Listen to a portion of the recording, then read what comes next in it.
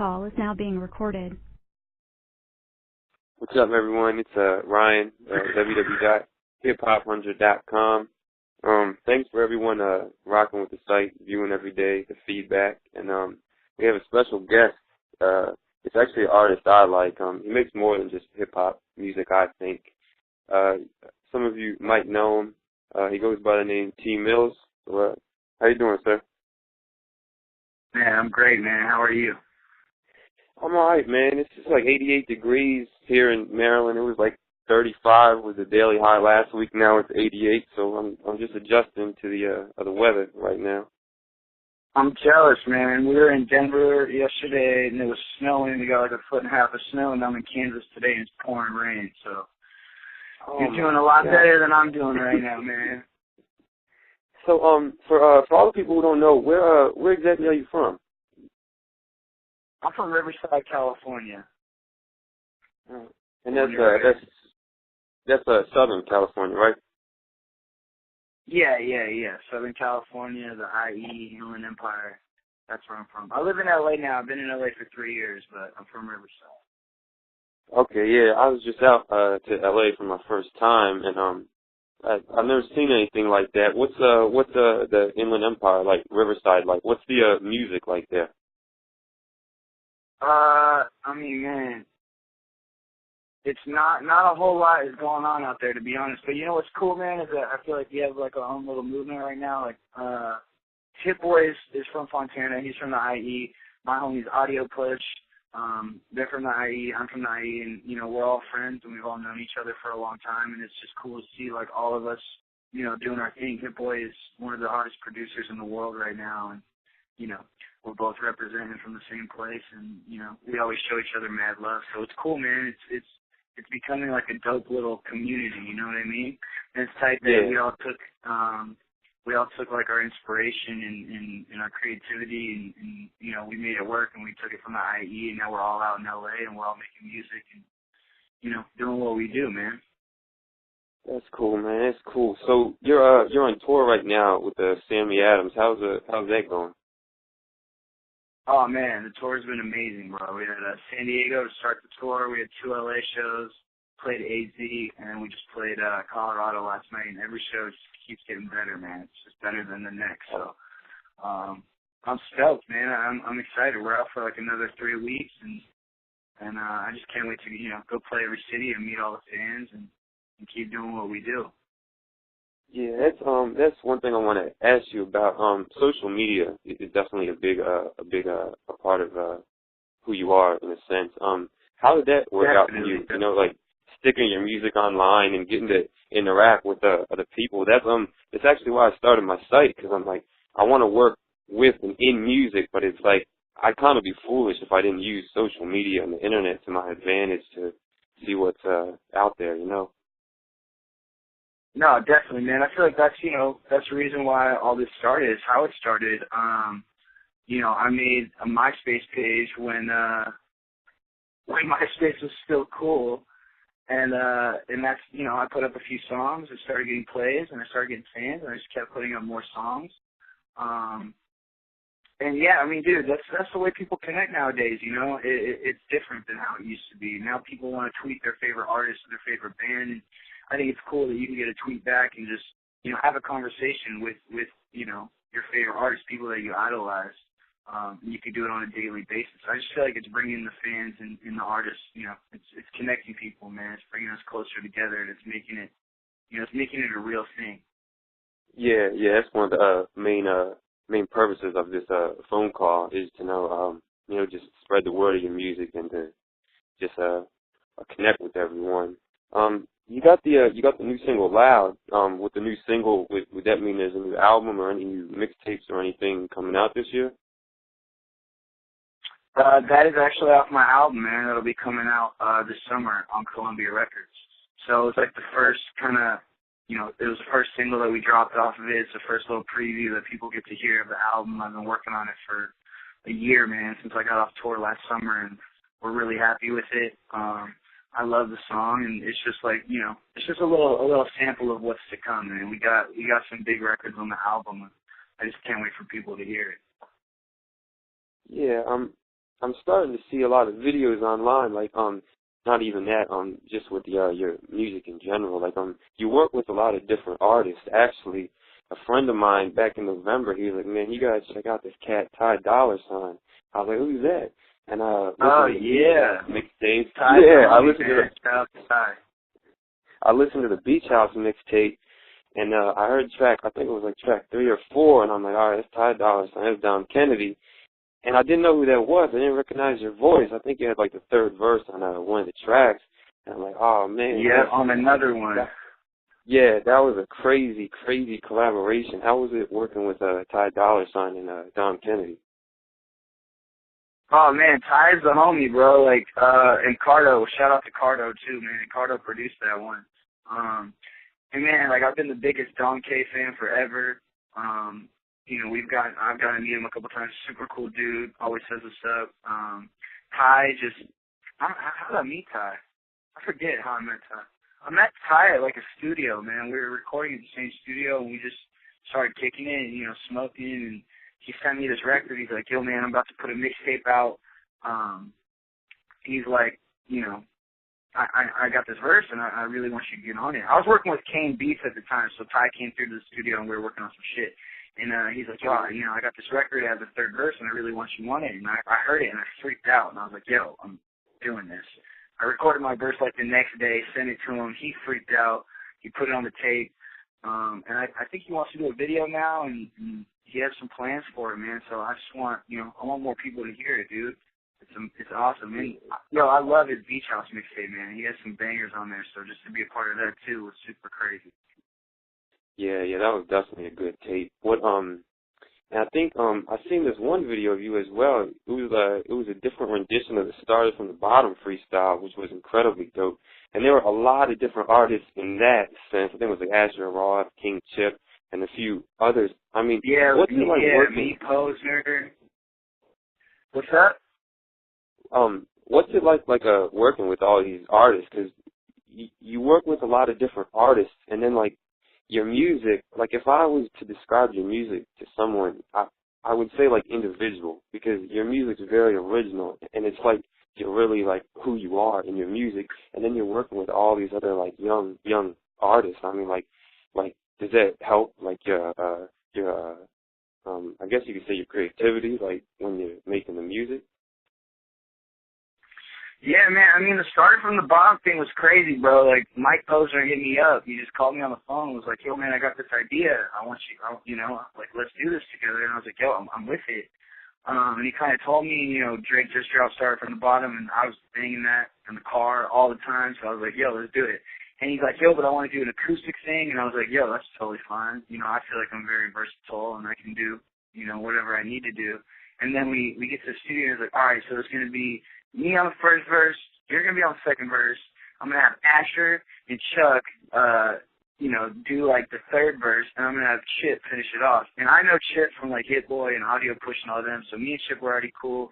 I know Chuck English because that's just a homie, man. We've always been talking about doing something together, so it's funny that, you know, we got to start there. And then Asher, I played some shows with Asher. We did like some shows last year together, so you know, we had already known each other. So the vibe when we got there was already really cool, man. Everyone was already, you know, super friendly. Mike's known everyone for years, so it was just dope, man. We did that in like literally it was like 3 tries, and we nailed it. And I felt like everyone held their own, you know. Like I feel like that video was something that I've never done before. Like I've never recorded a live song like while recording a video. And then just the fact that I'm on a song with, you know, 4 or 5 other dope people that, you know, when I was 17, 18, 19, like starting to make music, I was listening to every single day. And now I'm like in the studio with them and I'm homies and, you know, we're smoking. So it was just a cool ass experience, man. And Mike actually came out with me in LA at my LA show, and we played the Started from the Bottom thing, and people freaked out. So that was dope to see the reaction. Oh man, what are the fans like at a show? Like, could you describe the crowd? Like young girls, older? Like, is it like all ages? Is it mostly females, men, women, or what? How would you describe the crowd? Like, who's a fan of your music? Is it like all over, or is it just like a one certain group? No, bro, I got like moms, I got grandma, like I signed two, they're probably 50 years old last night, man. They ordered, my we dropped this like exclusive launch of a t-shirt, like we only sold like 150 of them. And these two moms, dude, they were probably like 50 years old, they had them on. And like, we ordered them the day we came out, I signed them for them. And then, you got like, someone's like little sister, like 14, who I'm like, with braces, and then I got like, a 35-year-old fully tattooed dude who's in the front singing every word with like something tattooed on him, and then, I got two bad 22-year-old stripper. Like, it's so diverse, man. You never know who you're gonna meet at one of my shows, It's always, and I like that, dude. I don't want to be typecast, like you said, into like one like genre, and that's why I feel like what I do is very individual. So it makes me feel good when I see individuals coming to my shows. Man, that's always good, because then, I mean, you can just reach out to so many different walks of life, through your music and everything. Man. Like, yeah, I don't want to be put in a box, like if you can, speak, you want to speak to as many people as you can. That's the point of all this, like you have a message. What's your main goal, like, through your music? Like, obviously, like, all the money and the touring, I mean, that's all good and everything, but I feel like you got to make music for like some reason. Like, is it fun? Is it something for your soul, or what? What's like the real story behind like why you make music? Man, I feel like my goals are always changing. You know what I mean? I feel like it's important to set a lot of goals for yourself, dude. You need to have some short-term goals, and you need to have some long-term goals, and it just keeps you motivated, like when you accomplish, a couple goals and you can set some new ones and you're still working towards like that one final big picture thing. Thing that, like, you think, I mean, I like really live this shit, man. You know what I mean? Like, I've quit jobs so I could go on tour. When I was 17, when I was in a band that no one even cared about, I was, paid hundreds of dollars out of my own pocket just to play a show because I didn't sell enough tickets. Just so I could, like teenage kids spending $400 so they could open up for somebody. Like, I've done that shit. I've slept on a hotel room floor with 8 of my friends. I've driven in my own cars across states to play shows, So I do this shit because that's the only thing I want to do. Yeah, it's good. That's definitely good. Who were some of your influences listening to, I guess, as a teenager? Who did you listen to? Was it like a certain genre, or was it all over? Nah, not really, man. Like, my iPod is shit. It's like a musical rainbow, bro. It goes from one end of the spectrum to the next. I listened to a lot of Blink-182. Like, I had like a whole, punk and pop punk phase, and Dead Kennedys, and then I started The Clash. My mom was a huge Queen fan. My dad was a huge Elvis fan. My uncle was who put me on like hip hop and R&B. Man, he gave me like a Usher tape when I was a little ass kid. Put me on an R. Kelly. Gave me a Bone Thug CD. Gave me my first Tupac CD. My first Biggie CD. So he put me on all that cool shit. And I think every time we hang out, man, my uncle's cool as hell. So like he'll come through and we'll smoke, and he comes to the shows and stuff. I always just thank him. I'm just like, yo. Because without him, I wouldn't have been exposed to that music, and he put me on like a really young age, because he used to be like a little like hoodlum dude, like, graffiti artist, and he was running in the streets with all of his homies, so he just he showed me what was up. Very good. Sorry to interrupt, but I just want to let you know there's a couple minutes left if you want to ask a couple final questions and wrap things up. All right. Yes, cool. Thank you. Thank you. I take it you're going to be on Warped Tour this summer? No. We did that last summer, and it was amazing, man, but I want to do my own tour this summer so people can come out and see me and the show that I put together. Warped Tour's cool, man, but it's like, it's a grind. It's probably one of the hardest tours you could ever do. It's an outdoor festival. It's, 8 to 12 hours long, 8 to 12 hour days every single day. You don't have that many days off, and the drives are crazy. So I want to be in a venue, man, with all my fans. I can have lights. I can do a production that I want to do. And, I want to be able to play for like an hour, hour and a half. I actually, I used to be a stagehand. So I used to set up the stages. Like I used to, we had this one stage, it was like Tech 9 last summer. And, dude, his stage was so elaborate. Like they spent so much time in like making sure that the stage was nice, like from the lighting, of the design, of the props and everything. Like, is that something you're into as well? Yeah, man, we got the thing that I'm stoked about this tour is that I actually have a production. I got one of my good homies out here doing lights for us, and, he's done lights for our homies' bands and just like well-respected artists, and he's killing it, man. And we actually, we put together a real show. And I feel like it's the best set that I've had so far, and it's an experience now, man. It's like, that's what you go to shows for. Is you go there for an experience. And it fully draws everybody in, and it's cool to look at.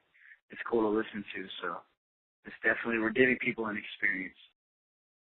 That's always good. I think the stage, I don't think a lot of artists really focus on their stage, but I think, I feel like some artists, like some stage stuff doesn't really fit them, but like some artists, like if they have a nice stage, it just adds to the music. Like it really adds to the experience and the show. No, yeah, man, it goes hand in hand. You know what I mean?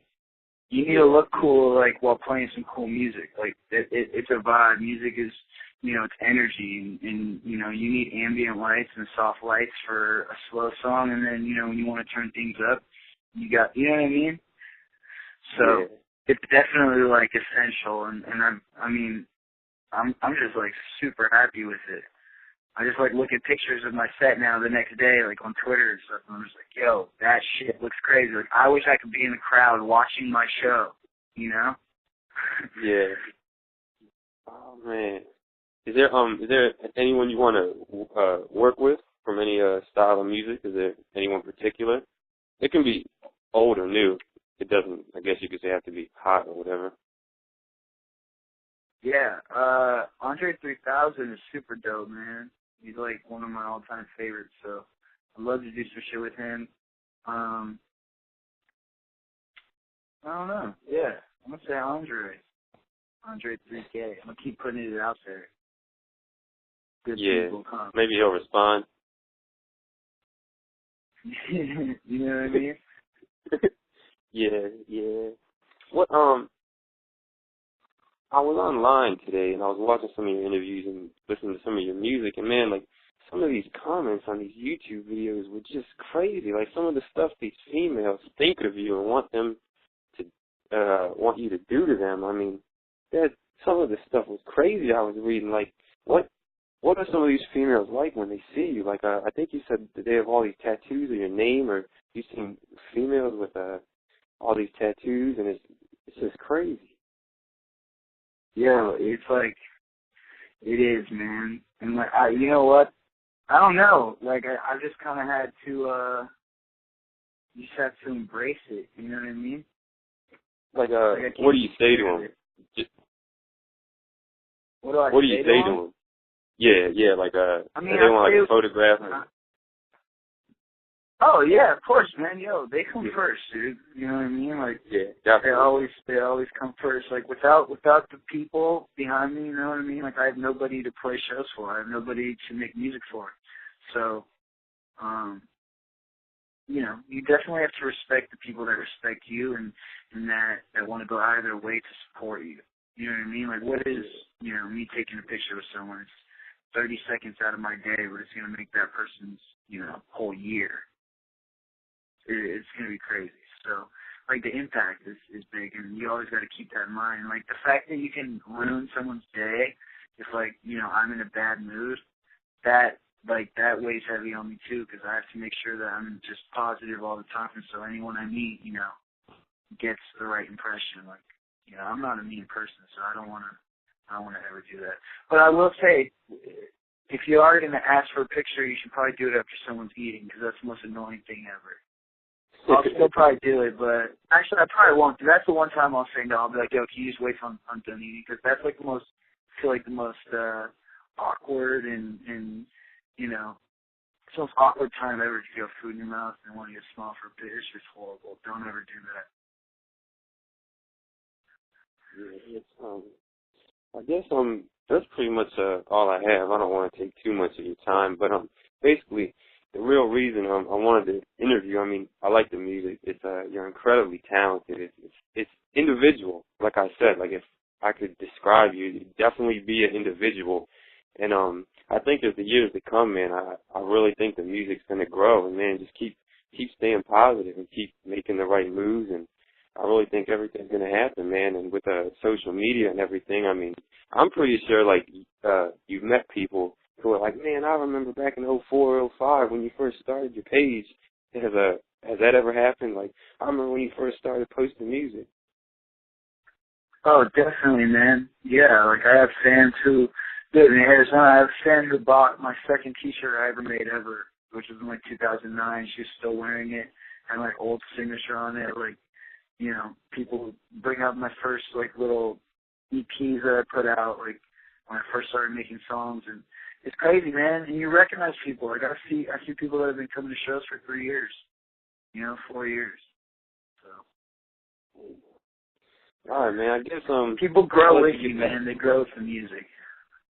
Oh yeah, yeah, man. You definitely hit that on point. But where's your show? You said you're in Kansas City tonight? Yeah, we're playing the Granada Theater tomorrow. Okay. All right, man. I guess I'll let you get back to rest, and I don't want to take all your time up, but I really appreciate the interview and everything, and I guess you'll be in DC. Brother. Thank you, brother. You'll be in DC next week. I think I'll be at the show. It's the 22nd at the Howard Theater. Okay, cool, man. I'll see you on the 22nd then. All right, man. I appreciate it, man. Have a good day. All right, brother. Be good, man. I'll see you at the show. All right. See you. Peace.